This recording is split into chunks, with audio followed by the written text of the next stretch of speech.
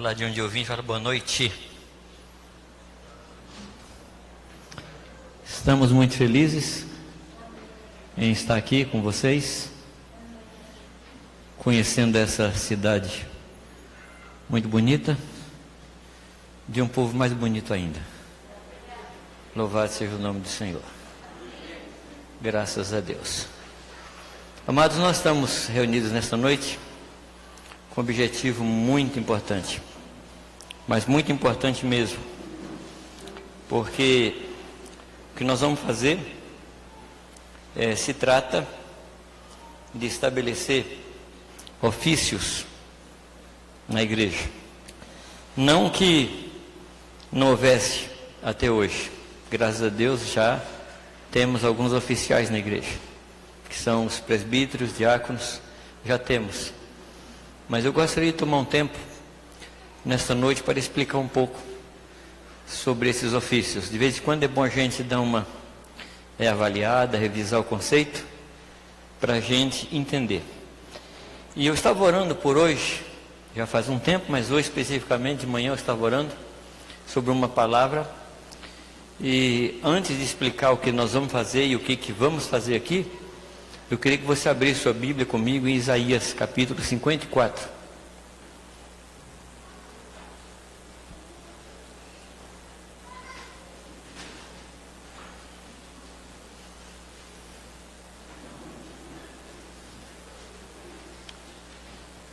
Todos acharam? É um dos livros fáceis de ser encontrado, né? Isaías 54 é uma orientação e uma promessa. A promessa do texto é que a estéril seria mãe de muitos filhos, e a solitária teria mais filhos do que a fértil. Então essa é a promessa. Isso é o que Deus está falando. Agora, para quem Deus está falando? Está falando para o povo dele. Deus está falando para a sua igreja, o povo de Deus. Tem uma promessa. E a promessa, amados, é que a igreja do Senhor Jesus, ela vai crescer. Amém? Ela vai crescer. Não somente vai crescer no conhecimento da graça, no conhecimento da pessoa do Senhor, mas vai crescer em termos de número. Você crê nisso, não? E eu queria só lembrar vocês que Apocalipse fala de um número de pessoas que será incontável.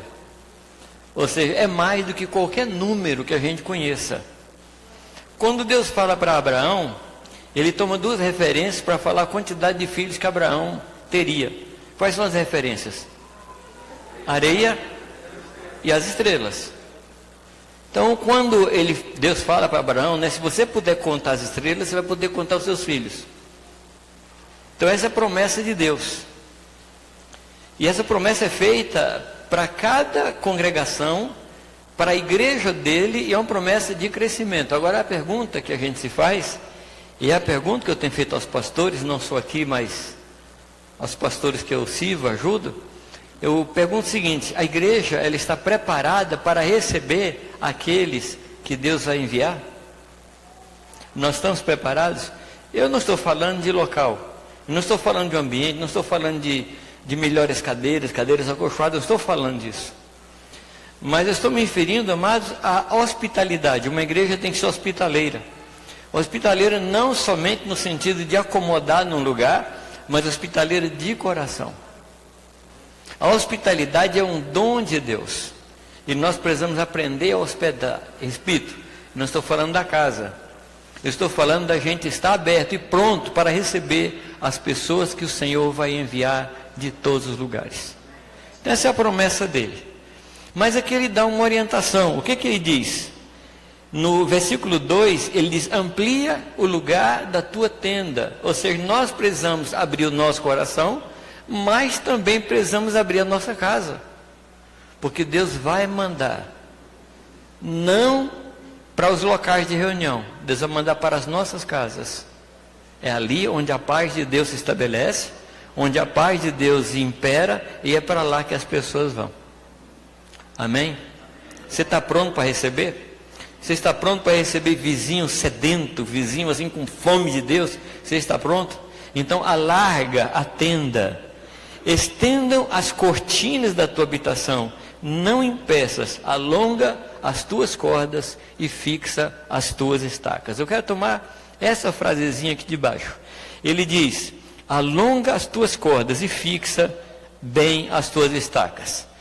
Deixa eu interpretar isso aqui, deixa eu aplicar isso aqui. O texto fala de cordas e fala de estacas. Cordas fala de relacionamento, porque Deus nos atrai com cordas humanas. Fala de relacionamento, fala de vínculos, fala de laços de amizade. Então ele diz: firma isso, alonga isso e fixa as estacas. Estacas fala de parâmetros, fala de pessoas, fala de homens que Deus está colocando na igreja, fala de ministérios que Deus está colocando na igreja para fundamentar, para fixar, porque muita gente virá. Eu vou falar de novo. Eu não sei se o muito que eu estou falando é pouco, porque a resposta não foi proporcional. Deus vai mandar muita gente para você cuidar. Para você cuidar. Você sabe aquele negócio da gente pregar o evangelho para alguém e mandar os pastores cuidar? Você sabe aquele negócio? Nós não fazemos isso aqui.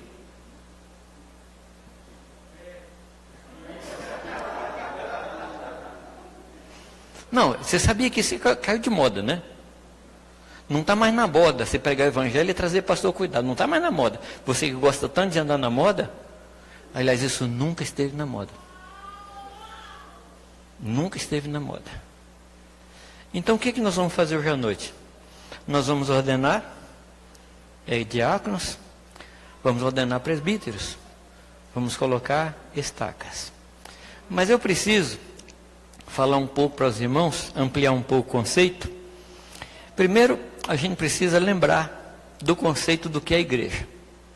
Você sabe aquela história que a gente diz assim: vamos para a igreja hoje? Você já viu essa frase? Não? Vamos para a igreja hoje? Ou uma piorzinha: vai ter igreja hoje? Bom, você só vai para a igreja uma vez, é quando você se converte, porque você se torna igreja. Então nunca mais você vai para a igreja. Você é a igreja, correto? E aquela coisa, hoje vai ter igreja? Deus, a igreja, ela existe, ela é onde ela estiver. Então a igreja são pessoas lavadas com o sangue de Jesus, que reúne nos vários lugares da cidade, nos vários lugares do estado, nos vários lugares do mundo. Esses dias atrás, no clima da pandemia, pastores ligaram para mim e falaram: Jamê, a igreja está fechada. Eu falei: só se for você, porque eu não estou fechado não, eu estou trabalhando, eu estou ministrando. Eu só fecho no dia que fechar o caixão, mas enquanto Deus não lacrar meu caixão, eu estou trabalhando, porque a igreja não está fechada. A igreja está mudando de estratégia, a igreja está aproveitando esse tempo para fazer a obra de Deus. Então a igreja não é um lugar. É muito importante que você fixe isso. A igreja não é um lugar. A igreja é gente lavada com o sangue de Jesus Cristo. Essa é a igreja de Deus. Amém? A igreja tem muitos nomes, não dados pelos homens. A igreja tem muitos nomes dados pela Bíblia. Fala de lavoura de Deus, fala de exército de Deus. Obrigado, Márcia. Fala de muitas coisas, fala de a igreja dos santos arrolados no céu, fala de Monte Sião, muitos nomes tem a palavra, fala de família de Deus. E todos esses nomes, todas essas definições dizem respeito a relacionamento, a vida santa, a uma vida que está sempre dinâmica. Isso é a igreja do Senhor. Por que eu preciso firmar isso? Para a gente poder falar de presbítero, principalmente de diácono, a gente precisa ter isso em mente.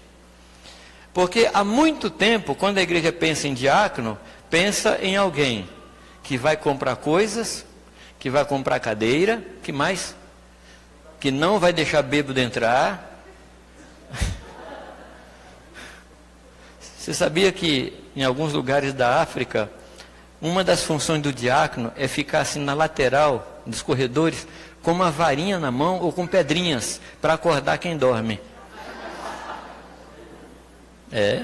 Ninguém dorme, porque pode levar uma pedrada na cabeça. Então, ou então uma varada. Então, mas nós não estamos falando que isso é o trabalho do diácono. Lembremos-nos que a primeira vez que a palavra fala de diácono está em Atos 6. E a igreja não tinha um templo, não tinha cadeiras. Ou seja, a igreja não tinha igreja. A igreja era igreja. Então, qual era o trabalho do diácono? Não era comprar cimento, não era comprar cadeira, não era limpar salão, não era pintar salão. O trabalho do diácono era muito próximo do trabalho dos presbíteros, que era cuidar de pessoas. Então, o trabalho do diácono é um trabalho espiritual, tanto quanto o do presbítero. Se o trabalho do presbítero é supervisionar os santos, o trabalho do diácono é fazer com que os santos sejam bem, para poder executar o seu serviço. O trabalho do presbitério é supervisionar o que os santos fazem e preparar os santos para o desempenho do seu serviço. Não se admite, amados, nós não podemos aceitar como algo comum e normal que haja na igreja pessoas inoperantes. O texto que foi lido aqui antes de mim, o primeiro texto, fala de uma figueira sem fruto. E você se lembra qual é a sentença? Corta a figueira. Então Deus não admite que na igreja exista alguém estéril. O que é que nós lemos aqui no capítulo 54 de Isaías? Que a estéril seria mãe de muitos filhos. Muito é mais do que um. Muitos é mais do que um. Então, o plano de Deus, a mente de Deus, o que Deus quer é que nós tenhamos muitos filhos. Que possamos levar muitos filhos à glória. Então, nós não podemos pensar que na igreja exista algum discípulo que não faça discípulos. Vocês concordam comigo, não? A gente não pode pensar nisso. E o nosso Deus é um Deus que cura os ventres. O nosso Deus é um Deus que nos faz férteis. Amém, amados? É Deus que põe a sua divina semente em nós. E essa semente se transforma em pessoas, novos discípulos. Então, o que é que o presbítero e o diácono fazem? Eles supervisionam esse trabalho. O diácono é como um braço dos presbíteros para alcançar mais gente no pastoreio. Porque são funções espirituais pastorais. Não tem a ver com material, não tem a ver com coisa, tem a ver com gente. Amém? Estamos definidos nisso aí? Então, de vez em quando a gente precisa reconceituar as coisas. Eu tenho dito e pensado que se não mudarmos os nossos conceitos, não mudaremos o nosso comportamento. Um conceito só é mudado quando um comportamento só é mudado quando o conceito é mudado. Por isso que Romanos capítulo 12 diz que nós precisamos nos transformar pela renovação do nosso entendimento. Primeira coisa que vem é mudança de entendimento. E o que é que nós estamos fazendo aqui? Estamos procurando entender o que que a palavra diz a respeito de presbítero e diácono. Então, rapidamente, e pretendemos no decorrer dos tempos aí, voltar a falar desse tema, até que não haja dúvida no nosso coração. Pretendemos chegar nisso.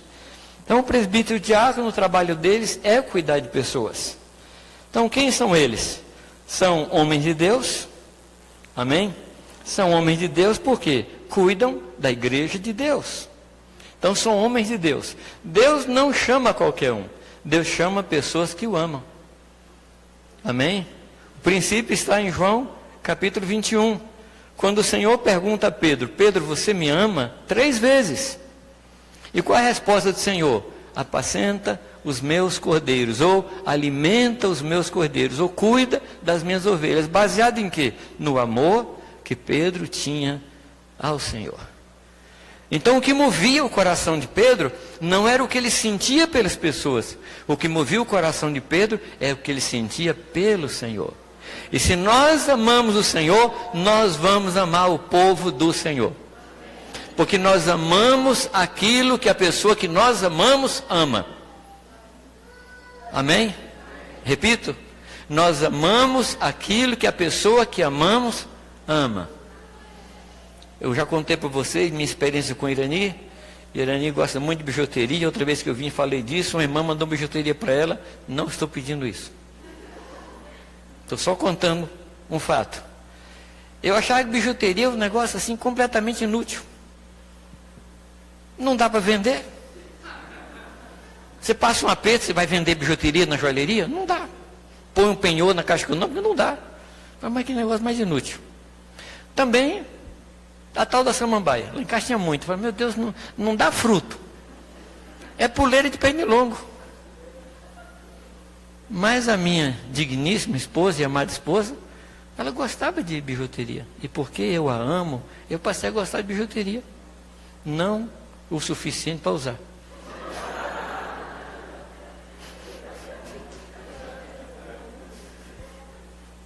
Definitivo. E passei a amar as plantas. Passei a amar as samambaias que passaram a ser minhas. Gosto porque ela gosta. Eu amo porque ela ama. E se você amar o Senhor, fatalmente você vai amar o povo de Deus. É por isso que Pedro é perguntado, Jesus pergunta a Pedro, Pedro, você me ama? Essa é a base. Então, em primeiro lugar, são homens que amam ao Senhor. Em segundo lugar, que é a consequência, é um homem, ou são homens que amam o povo de Deus. Mas nós não somos profissionais de Deus. Não somos profissionais. Nós não somos homens de gatonete. Nós somos homens apaixonados pelo povo do Senhor. E o nosso lugar está no meio do povo. Amém? Um pouco antes de sair daqui, um irmão lá de Sergipe mandou uma mensagem para mim, eu queria te fazer uma pergunta. Posso fazer? Não é incômodo? Aí eu comentei com o Marcos, meu Deus do céu, se eu não respondo pergunta do povo de Deus, o que eu faço mais na vida? Eu vivo para isso. Eu vivo para estar com o povo. Eu vivo para tocar no povo. Então, se esse irmão não me dá trabalho, o que eu faço? Não tem razão de viver e não servir a Deus, servindo ao povo dele. Amém? Terceira coisa, são homens santos. São homens separados. Não são homens que transigem. Não são homens que negociam valores. Não são homens que trocam a honestidade por outra coisa. São homens completamente honestos. São homens que buscam a justiça como princípio de sua vida. São homens retos. Homens que não admitem nenhum desvio. Homens que são justos em tudo aquilo que fazem e procuram ser cada vez mais justos. Então são homens e mulheres santos diante do Senhor. Agora, o que eles fazem? Eu estou passando por algo, porque eu comecei a escrever sobre esse tema aqui e produzir material para muito tempo e prometo para vocês que não vou dar tudo aqui hoje à noite. O que o diácono e o presbítero faz? Primeira coisa, ele cuida de outro presbítero, ele cuida de outro diácono. Primeira coisa. Se um presbítero não cuida de outro presbítero, fatalmente ele vai ficar sozinho, vai ficar sobrecarregado e no fim vai morrer. Então a primeira responsabilidade de um presbítero é cuidar de outro presbítero. A primeira responsabilidade de um diácono é cuidar de outro diácono. Por quê? Se os diáconos estão sadios, estão saudáveis, então eles têm condições de cuidar do povo do Senhor. Então nós precisamos ser cuidados. Amém? Não pensem que por ser pregador, por ser pastor, nós deixamos de ser ovelhas. Não deixamos. No dia que um pastor deixa de ser ovelha, ele vira lobo. Nós temos que continuar sendo pastores até o último respirar da nossa vida aqui. A gente só é uma ovelha um pouquinho mais experiente que já aprendeu o caminho da água, o caminho do pasto. É só isso. Mas no mais, nós não somos diferentes. Somos tão necessitados como qualquer ovelha do corpo de Cristo. Por isso nós precisamos ser cuidados. Por isso nós precisamos ser pastoreados. Então a primeira função deles é cuidar dos seus colegas, dos seus companheiros de ministério. Segunda coisa que eles fazem, eles tocam na ovelha de Deus.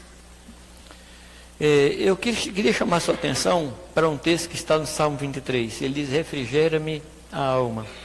Você sabia, claro que você sabe, que Davi era um pastor.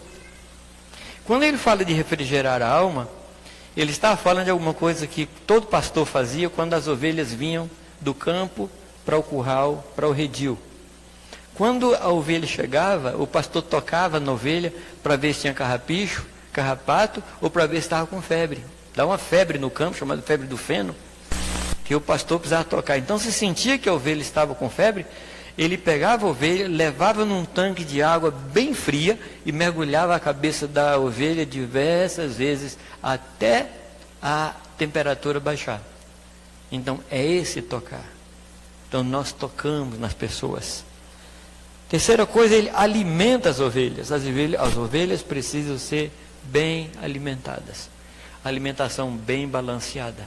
Alimentação própria para cada fase, cada momento e cada idade da ovelha. Então, esse é o trabalho. Uma próxima coisa que ele faz, ele prepara as ovelhas.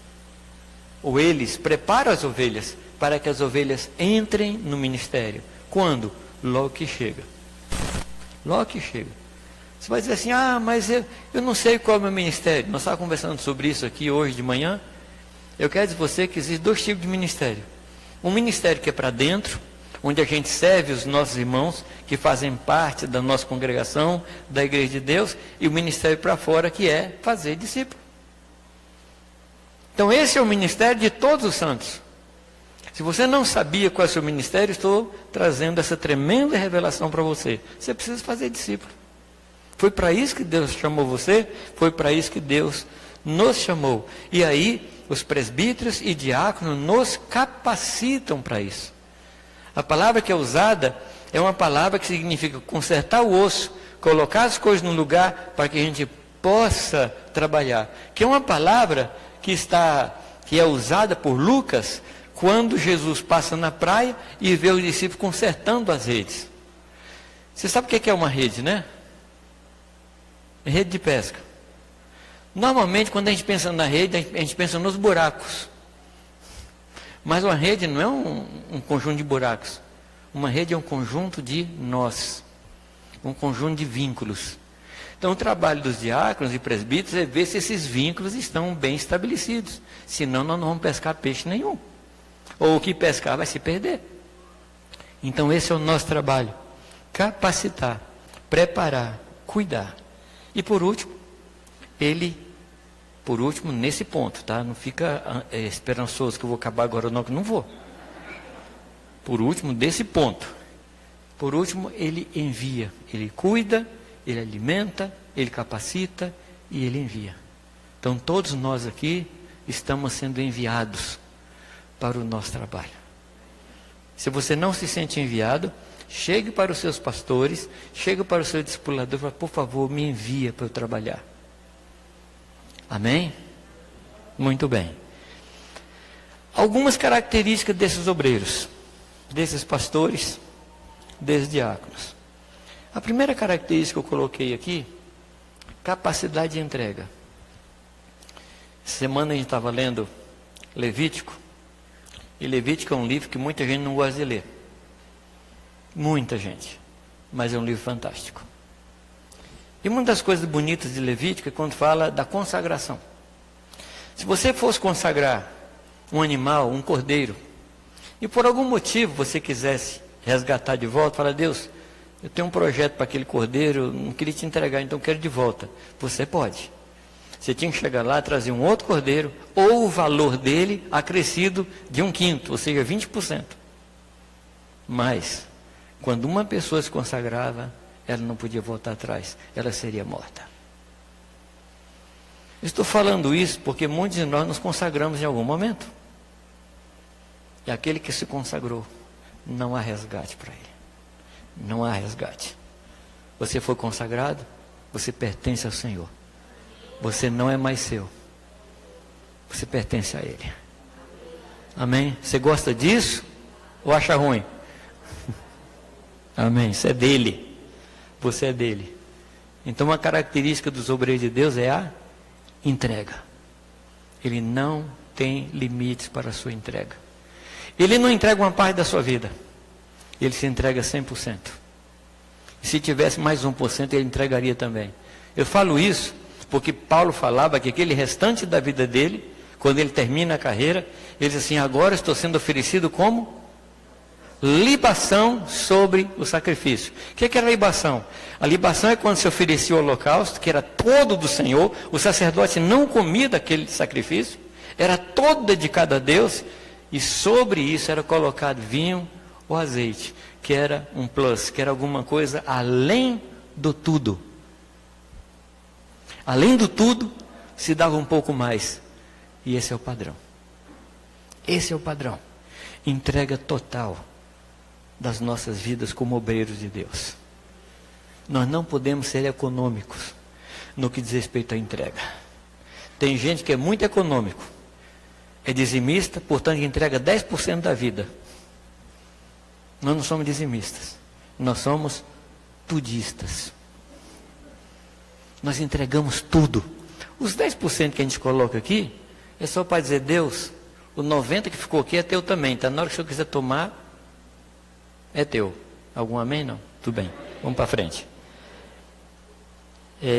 10%, 100%, tudo é dele. Uma segunda coisa, determinação. Determinação. Quando Paulo fala para Timóteo, diz assim: o combate que você viu em mim. O servo de Deus é o homem combatente e combate com determinação. Amém?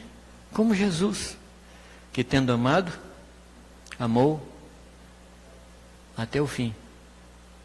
Lembra desse texto? Não.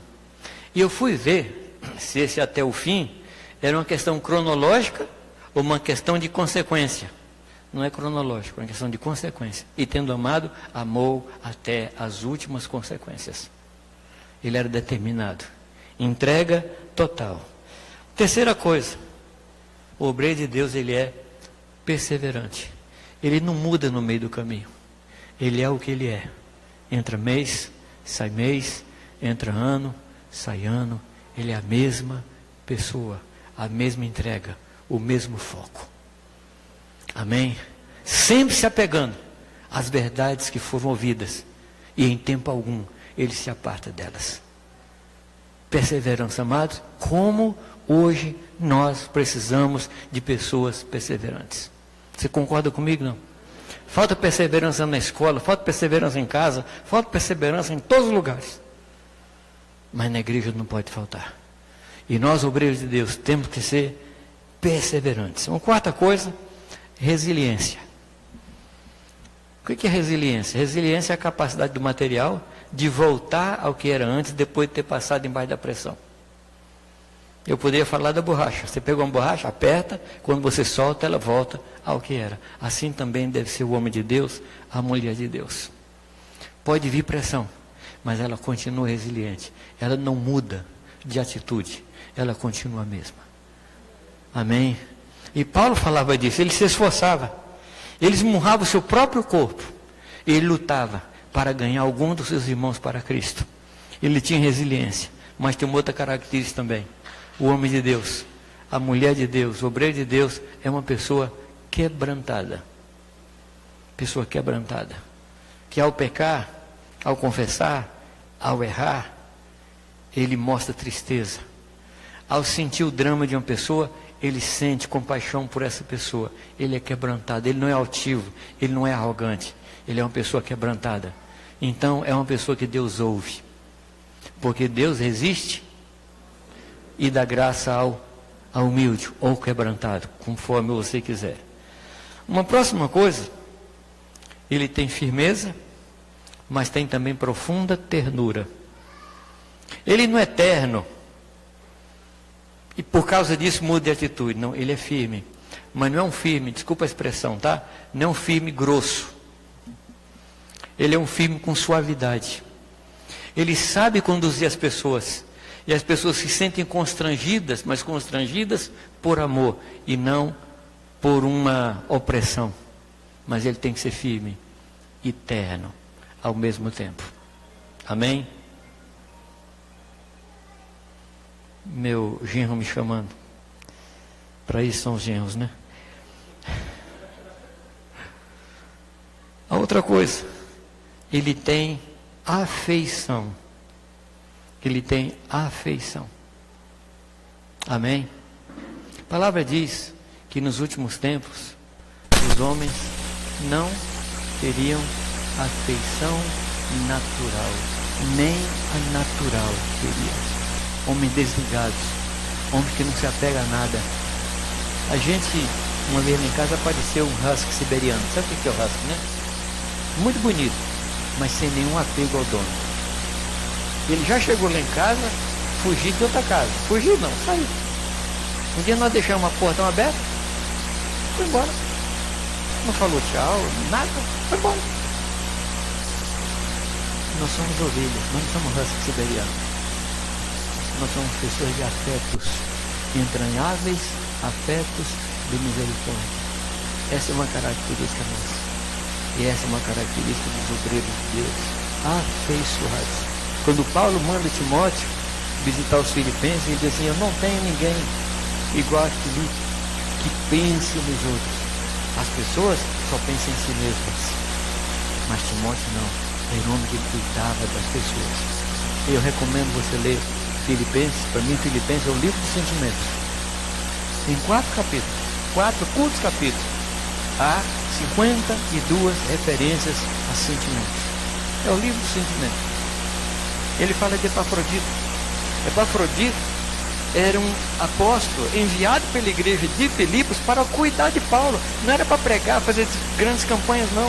O povo ficou preocupado com Paulo e falou: Epafrodito, nós queremos enviar você. Puseram a mão na cabeça dele e enviaram para quê? Cuidar de Paulo. Aí o pessoal de Filipos ficou sabendo um dia que Epafrodito estava doente. Aí ficaram muito preocupados. Aí Paulo diz que Epafrodito ficou muito preocupado porque os irmãos estavam preocupados com ele.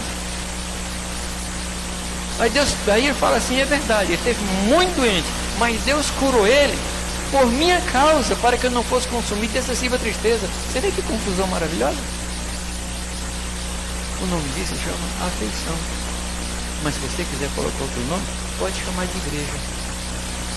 Pode chamar de igreja. A igreja é um povo que se preocupa com o outro, que se dá, que se entrega, que tem vínculo, que é grudado. Eu sei como vocês estão sofrendo na pandemia. Eu sei. Porque eu já vim aqui em dias normais e eu sei como vocês estão grudentos. E é difícil, nem ficar sem grudar. É difícil ficar sem abraçar. Mas essa é a característica da igreja de Deus. Um povo que... é uma igreja que contagia. Amém? Eu não sei que...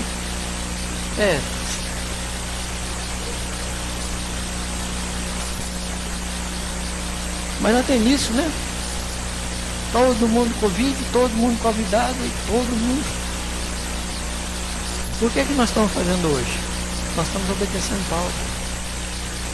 Quando ele deixa Tito em Creta, ele diz assim: eu deixei você em Creta para que você colocasse em ordem as coisas restantes. Paulo passou, pregou o evangelho, pessoas cresceram, pessoas surgiram na igreja, mas precisava pôr em ordem. E uma das características de uma igreja organizada, posta em ordem, é uma igreja que tem obreiros estabelecidos, ordenados, reconhecidos e autorizados. E é isso que Tito faz sob orientação de Timóteo, que eles estão fazendo aqui hoje, colocando em ordem. Não é que estava desordenado, porque já havia presbítero, mas como precisa de mais gente para receber mais pessoas, o que nós estamos fazendo aqui é alongar as cordas, ampliar as estacas, porque as pessoas viram. Não para aqui, vão lá para sua casa. Pode mandar, não? Isso. Poxa, vou perguntar de novo que você está distraído. Pode mandar gente para sua casa? Isso, ótimo. Agora não espere mandar não, vai atrás. Pôr em ordem significa organizar, mas também significa trazer ordens. A ideia está lá atrás, no Antigo Testamento, quando Deus fala para Moisés trazer Josué à frente, para que Deus, através de Moisés, desse ordens a Josué. Então, ordenar significa dar ordens. E eu gostaria, nesta noite, falou alguma coisa? Eu gostaria, nesta noite, de dar algumas ordens. Eu acho que eu posso, né? Tenho assim uma certa idade, não sei se é certa idade ou a idade certa, mas eu posso dar algumas ordens. Então eu quero falar para o Tito, quero falar para Israel, para Daniel, para Samuel, para Zacarias, para Sofônia, para todos os profetas. Só esclarecendo, o Jaime não está aqui hoje, porque ele pegou Covid tardiamente. Ele não pegou naquele momento que todo mundo pegou, então ele está pegando agora, né? Ele pegou agora. Então eu gostaria de dar ordem a esses irmãos. A primeira ordem, vocês estão me escutando? Primeira ordem, ame ao Senhor. Daniel, ame ao Senhor. Samuel, Israel, Tito, ame ao Senhor. Ali, cadê o Ali? Ame ao Senhor. Amém? Acima de qualquer coisa.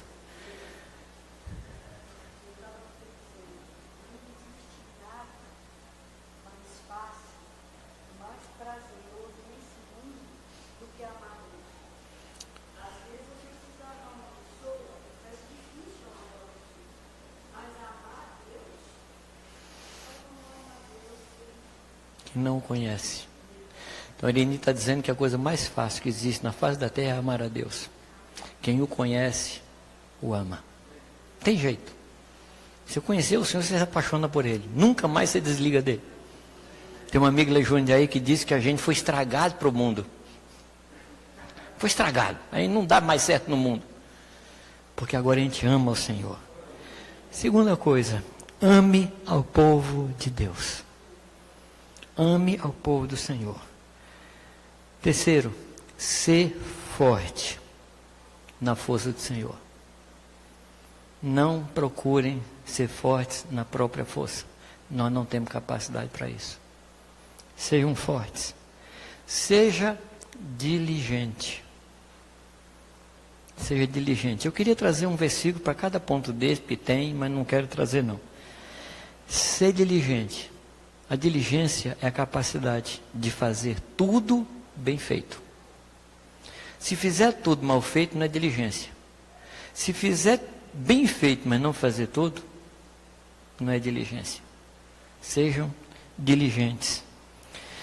Dediquem-se à oração e à palavra. Dediquem-se à oração e à palavra. Seja santo, porque Deus é santo. Seja santo, porque sem santidade ninguém verá a Deus e não vai poder ser usado por Deus como Deus quer usar. Ande diante do Senhor. Ande diante do Senhor. Como o servo de Deus no passado disse: o meu Deus, diante de quem eu ando. Que coisa tremenda, né? Cuida do rebanho do Senhor, discipula, prepara, equipa com as armas do Espírito Santo e mobiliza o povo de Deus a fazer discípulos de Jesus em toda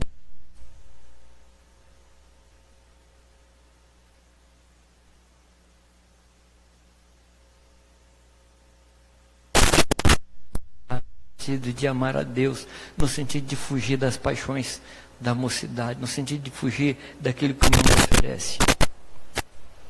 Seja sóbrio. Seja conhecida diante de todos os homens a vossa moderação ou a vossa sobriedade. O antônimo de sobriedade é embriaguez.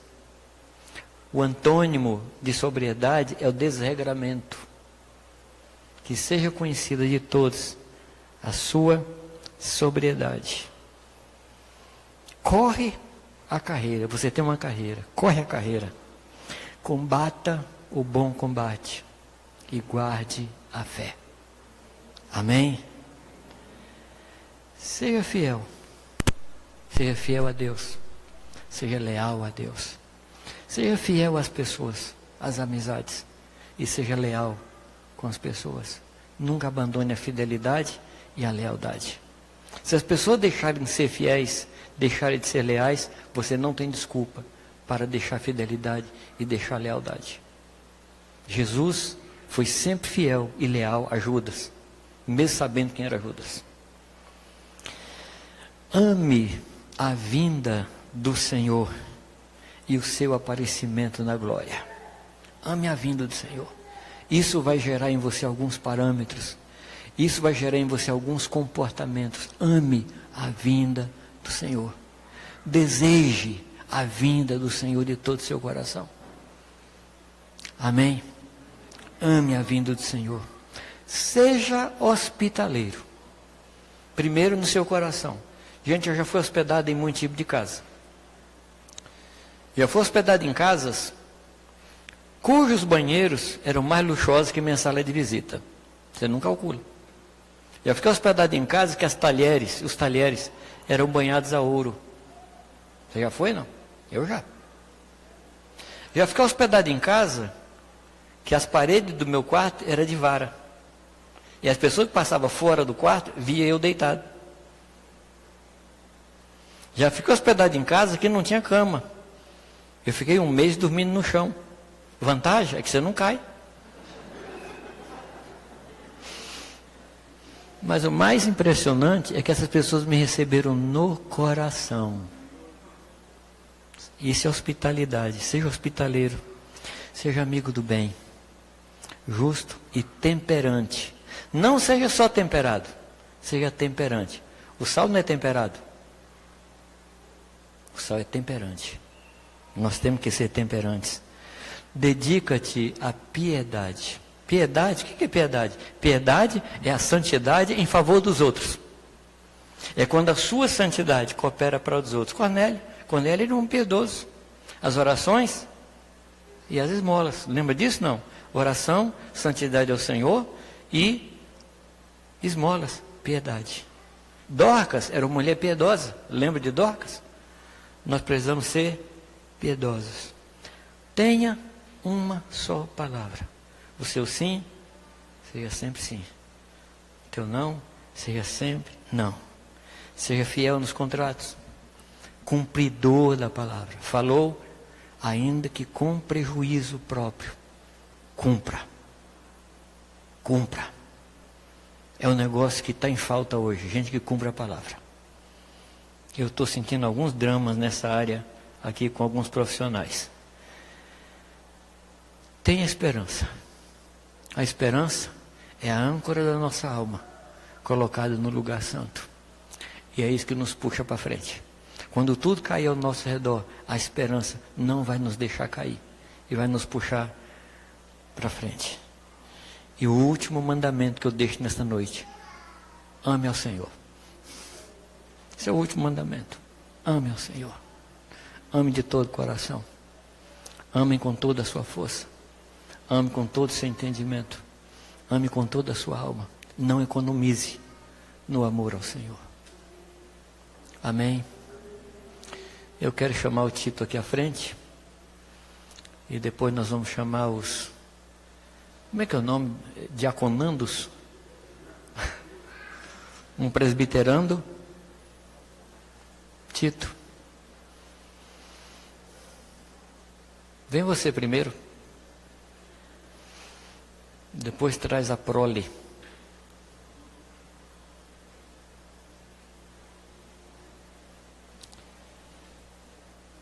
Alguns dias atrás, os presbíteros aqui falaram esses nomes e perguntaram se alguém tinha alguma coisa contra eles.